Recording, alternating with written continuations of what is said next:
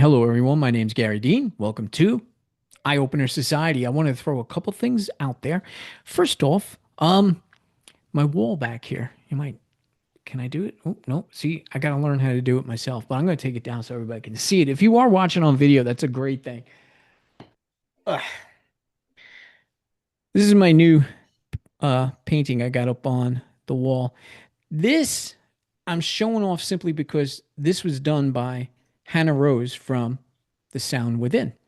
I know most of you all know her, and she just opened up her Etsy shop, Dream Shop by Hannah, on Etsy. And I think it's the same name on Instagram, but I'm going to put the links up for everybody to see in the synopsis. But I wanted to let everybody know this is part of her Eco series.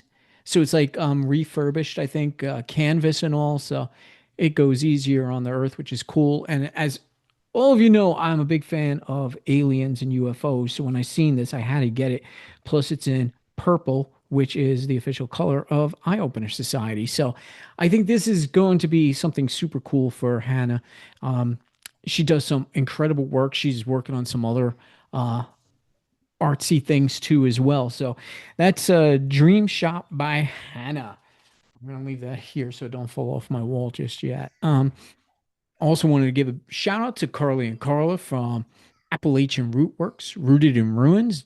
Check out their website, AppalachianRootworks.com. Full service metaphysical shop, one of the best I've ever been in. You got to check them out. And if you could get there in Cynthiana, Kentucky, definitely walk in, say hi, say that the Eye Opener Society sent you in there. Um, they have everything and they're loaded with practitioners and all. If you can't find it metaphysically, it will be at Appalachian Rootworks. And another thing that's a bit exciting too, I got word that Haunted in Waiting will be dropping an episode again really, really soon. So be looking out for that. Anne Lund, we all love her too as well. Haunted and Waiting, that should be coming out real soon. So all of us, our authentic selves, the wonderful people, the beautiful souls that are you, and joining us here on Eye Opener Society. Um, we're doing this a little late. We always drop our episodes on Monday mornings, and of course, with everything going on, Lizzie and I, we sometimes wait to the last second. Luckily, this isn't a Sunday; it's a Saturday, but we're still close to that edge. But that's the authentic thing. When it comes to people, no matter what we're doing, no matter how much somebody may be a cosmic fairy princess or somebody a meditation master or whatever the case may be, we're still true souls within our bodies. We could try and do everything possible to be the greatest that we can be, but in the bottom line, we are true, we are real, and everyday life happens to all of us, and especially to Lizzie and I. And we've been going through these conversations back and forth recently. And there's a lot I learned about Lizzie, and I know Lizzie's learning a lot about me even still. This whole co-creation is coming together, and yet we're still learning. We're still everyday people. So let's welcome again Lizzie. Lizzie, how are you doing, buddy? Doing good, just having fun, learning and expanding what I can. Really excited to talk about today's topic. That's kind of really what my whole focus has been about lately. So, Well, go ahead and start that off. I mean, we've been talking a lot, and I know we got so much going on. We're trying to condense everything. But you know what? Real life shows up all the time, whether it's the 3D world or whether we're having our cosmic clashes and, the universe is trying to branch us out too quickly and all. That's what's been going on. And it affects us, but we get around it, don't we? yeah, for sure. And really, what I'm finding my biggest hang up, anyways, is I think the opposite of authenticity is expectations. See, authenticity we just think is like just anything that is true, right? But I'm finding that so much of what is true for us is what we've built to know and expect and assume about the world. And I'm finding in every aspect of my life, no matter what concept it is, the less I expect anything specific and more just kind of hold the vibe that I want, right? Just go at it with love because that's generally like the vibe I'm going for. The more that I do that, the more everything just kind of shifts how it's supposed to be, even if it's a chaotic afternoon or an afternoon where everything worked out, where it looks like it worked out all perfectly. Either way, at the end of the day, when I lay down and I think about it, I see how everything that moved how I wanted it to, as long as I'm not trying to control the outcome, you know? Like today, for example, we ended up recording a lot later, and then hopefully you guys can't hear the baby screaming in the background. She's just not having being babysat today, you know what I mean? And all of these things can make things really hard, but it what it does is if you just kind of let everything move forward, the baby's just fine. She's fed, she's changed, you know what I mean? Been loving on her all day long. She'll be just fine for a little bit while we record. But what I'm finding is I'm seeing now as I'm just moving through it, all these different things I can do to make it better. And I can come up with different things. But previously, something that I'd get kind of hung up on is how things are supposed to work out. And all of my plans and my ideas would be framed around how to make it work out. But that's not what you're doing. You're not making anything work out. You're just like moving, like, okay, this tiny little thing will make this better next time.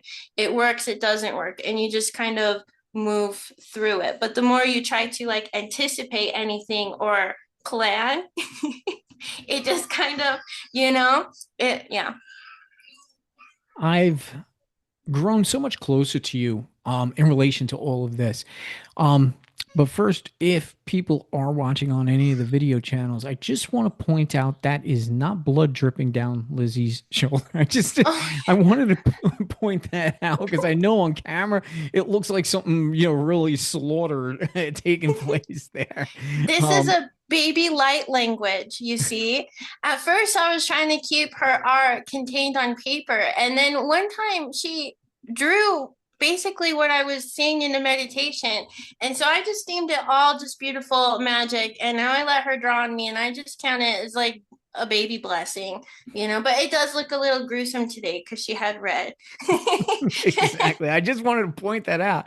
I've gotten used to it. Most of the time now I see you, you're all drawn on like, a living canvas, which is beautiful. I mean, like I said, you were doing this with your kids and it really plays out.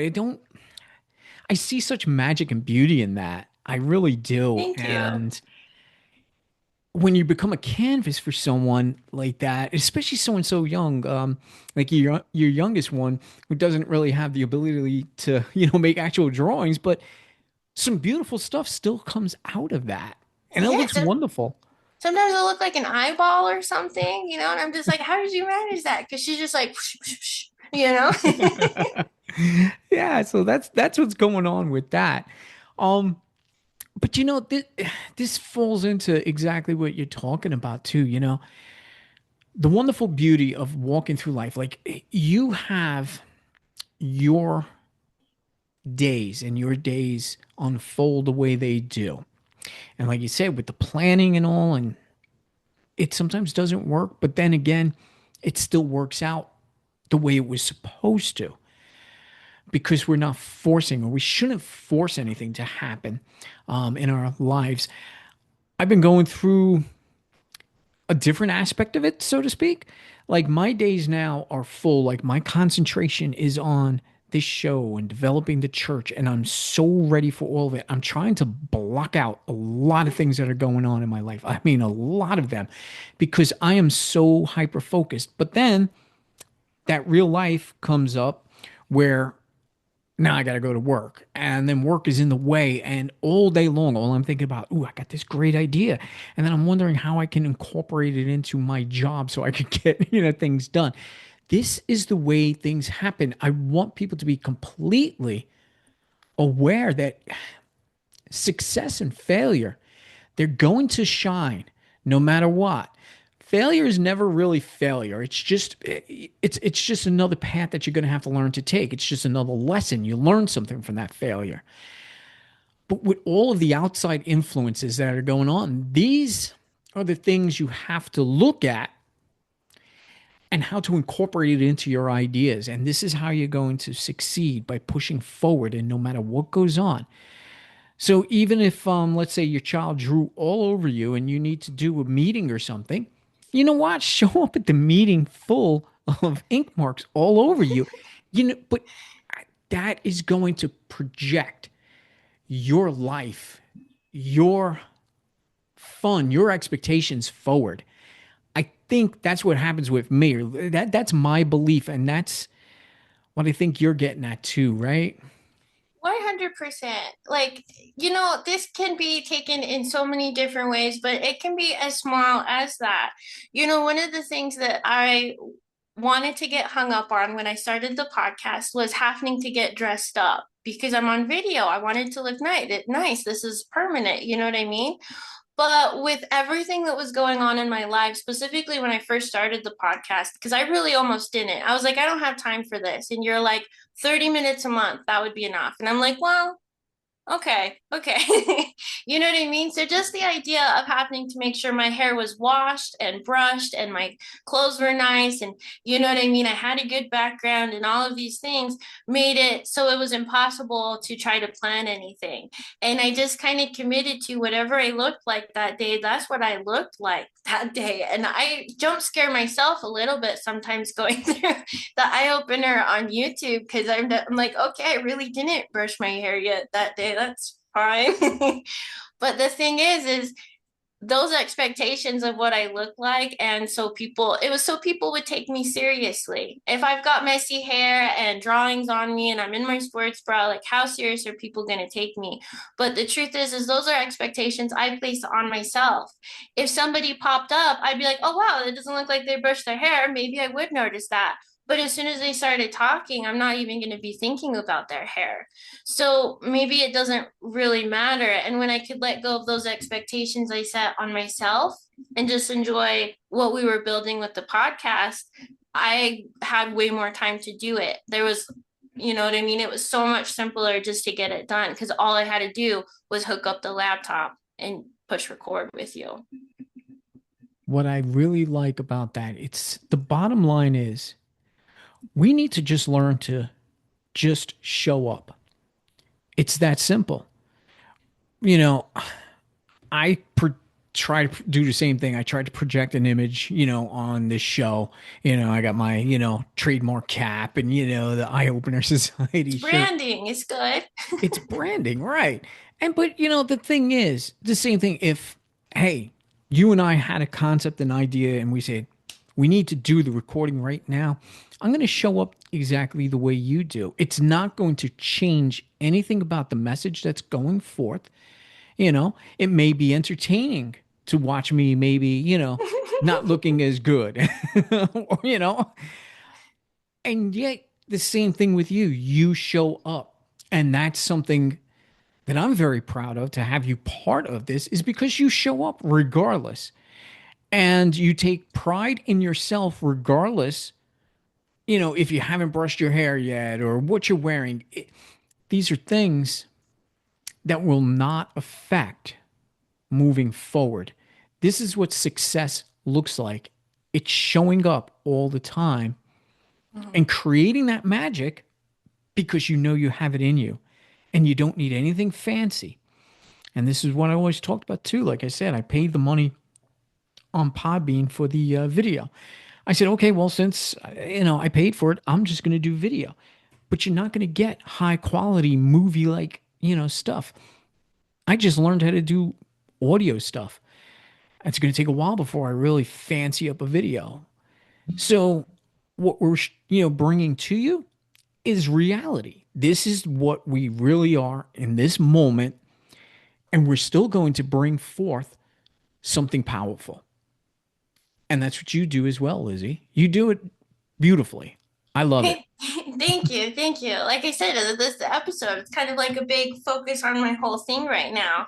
I'm trying really hard to switch from this mindset of like shadow working from the point of like trying to find the wound and poking at that. And it's so beautiful, but I've just done it for so long. I'm trying to switch to this other thing.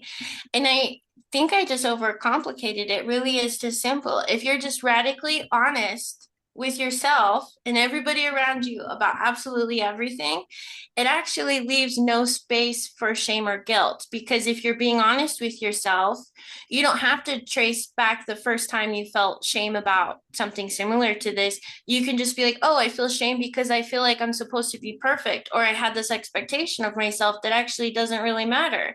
And so it's like when you can really just be honest, you can just see the little problem and kind of move through it, and everything kind of unfolds from there. And it just seems like it's a lot simpler than I think I was making it out to be.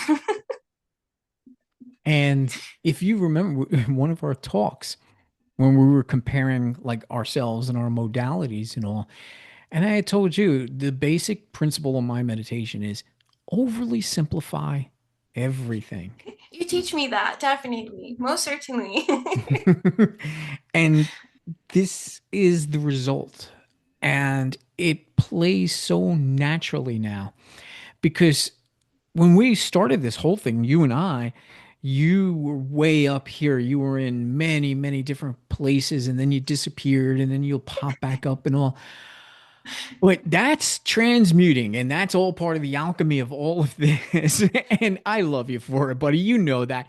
But I've watched from that to what we have now, and you're showing up and you're focused, and your whole design and plan is for what we're trying to create. And you're showing up for everybody in this audience. And once things really kick off and we could start, teaching, you're perfect for it. Because I taught to just overly simplify everything. We don't need to make it so dramatic. Whatever point we try to get across, very, very simple. And I know you're laughing because I know Lizzie's on another level, but I I was just thinking, understand you. I was like, I'm trying to write like a 500-page book on every topic, and you're just like, okay. And then you like simplify it into a couple sentences. And I'm like, I guess that does kind of summarize that. Yeah, that's probably But this is what we teach, and you learn from me. I learn from you. There's a lot of things you taught me. I'm still to this day fascinated that I learned that money is a frequency. It was the very first time I heard that was from you. And ever since then, I said, wow, that's oversimplifying it. It's a frequency. And I started to learn about that. And now this is how I go about life. And you know what? I'm no longer worried about finances anymore because I'm seeing it so differently. I want to comment. Speaking of life just does its things. I got to go turn on the light switch or this laptop's gonna die. Give me 30 seconds. I'm so sorry.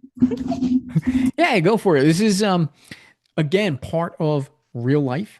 And this is what happens during the show. We don't edit anything. So we don't want her laptop to die. But I did. I learned from Lizzie that Never plug in this part of the living room, and I forget that you have to turn the light switch, or this wall, the outlet doesn't work. And I'm like, oh crap. Okay. So, um, yeah, the frequency of money has been a real trip for me to explore, and I'm gonna have to do like a bunch of episodes on that one. I think I'm still fully grasping it, but it kind of goes right into the co-creation, because the thing is every time you connect with somebody, even if it's just like you lock eyes with a stranger across the grocery store, the thing is that is a moment of co-creating energy. You guys both wrote a story about it, had expectations, exchanged energy, moved on. Like you can literally change your whole life based on like making eye contact with a stranger. I don't know if you've ever experienced that, where it's like you just catch them in that moment, you know what I mean? And you just like see something. The thing is it's all It's all meant to blend. And we can learn so much. Our truth is inside of us, but there's only so much we can do with that. You know what I mean? That would be a really boring game if that's all it was to remember your truth. Like, how many times have we done that? Probably. You know what I mean? It's what we can create. And so it's like you got to remember who you are and what you want. And then you got to go out and realize that you don't actually know any of it. And now you're going to grow and change even more. And the more you can build off of other people, the more it expands both of you, because your natural talents and personality play off of mine in such a way that like you make sense of me when I'm like I can't even figure out what I'm trying to do, you know what I mean? And then I kind of do the same thing to you, but like reverse. And I find that this kind of applies across life in all concepts, people, your hobbies, all of it. It's just a kind of a blending of energy. Yeah, I just kind of got chills for a second when you had mentioned about, making eye contact just with strangers and all. I think this is something we can set on the side. I'm going to make a note about it and actually do an episode about that because, I'd love to. all right, good. That's why I said I got chills. I was like, that's an excellent topic because I literally do that in life. In order for me to get a sense of anybody, I have to lock eyes, read that person.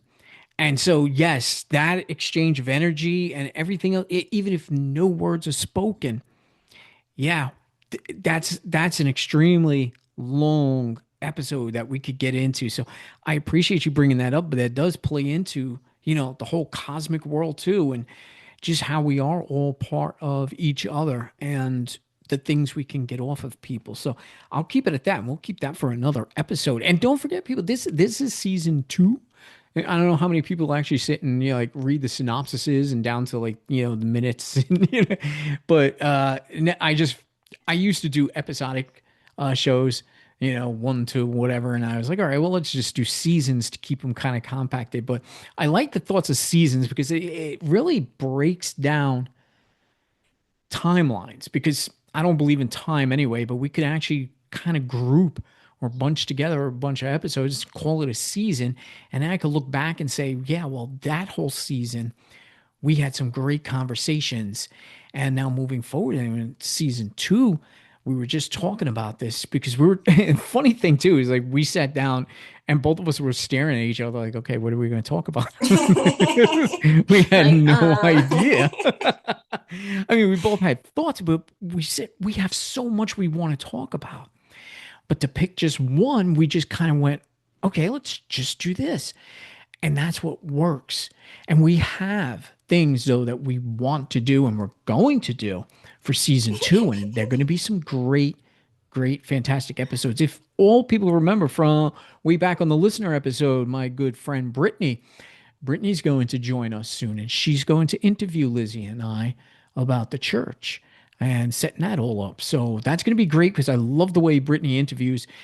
Lizzie and I get to sit back and just field questions, which is so much easier than trying to come up with a concept and an idea at the last minute like we're doing.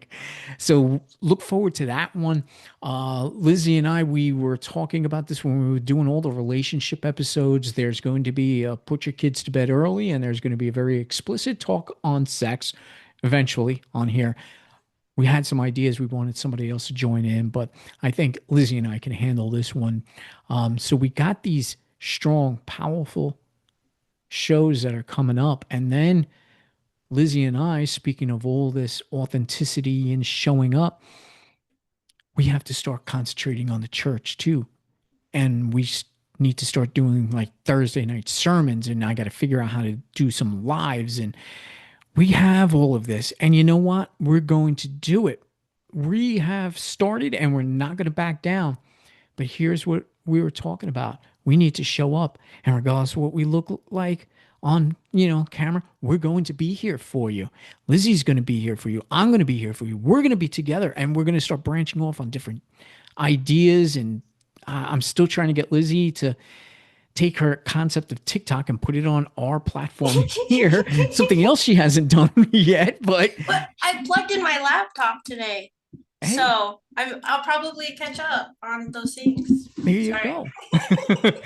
But yeah, I would like to have like I do my Saturday morning shows. I would love for Lizzie to do a solo episodes.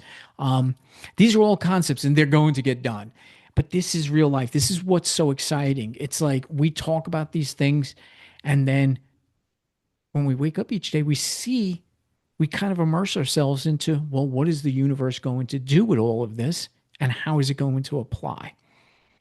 And that's the fun part of it. Because again, this is where success comes in. You have to take sometimes, not everything's going to go exactly as planned. It's what you do with that when it does fall apart or break apart and how you change that. You're up. My brain just went. I had like two thoughts I was gonna say, and then it just like I was gonna comment on because I kind of went off on two different tangents and then didn't fully finish it. I was talking about the frequency of money and then connecting it to kind of co-creating things with people, but I never circled back to finish my thought on that one. The thing is if you go into an interaction with an expectation of what you get out of it, if that is not what you were going to get out of it, you now can't get what you were going to get out of it. It's not in your awareness. You're not even available to receive it.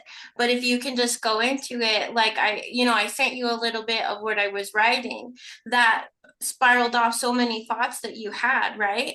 And then you came back and you said things about it, and it spiraled thoughts for me to have. But if I had kept that for myself until, you pay for it, then I wouldn't have learned those things that I'm now going to put into it for the next person who's going to read it. You know what I mean? And so the thing about the frequency of money is when you let go of deciding a specific amount and a specific way you're going to get paid, suddenly everything kind of starts flowing in. Like I'll do something and then I'll get like a bunch of free food, or I'll do something and somebody will pay me money for something I didn't like anticipate, and it all circles around.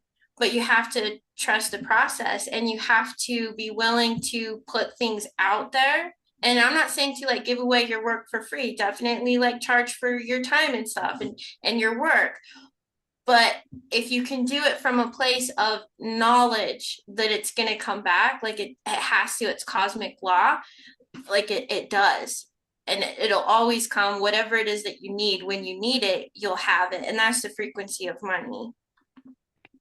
And this is why I would like a whole episode two on that because, yeah, this exactly what you're talking about is exactly what I learned. And it's just like, okay, rather than thinking, oh man, can I afford this? Should I, spend money on it? If it feels like I can, I will. And then, on the same way as receiving money, I mean, I get a paycheck. I know that's always going to be there, but just like you said, it's not always going to be in the form of money, but it can be in the form of things that you need just happen to appear. It's cosmic and it's all part of my mental processing of everything now, where I don't need to look at my bank account and start doing all mathematics and, oh, am I going to afford this bill? Or am I going to? That was too much work. And that's what puts so much pressure on you. And that's when you watch your money just go all the way down. And it's hard too because sometimes specifically when you're playing with the frequency of money, because you kind of have to jump off of that, hamster wheel of work hard, hard, hard. Like literally when you get stressed about money, you have to put your budget away and go for a walk. Like the frequency of money is built in your rest. It's not built in your productivity. That's capitalistic money, which is still beautiful. It's still the game that we're playing. I'm not minimizing that. You still got to work for it. You know what I mean?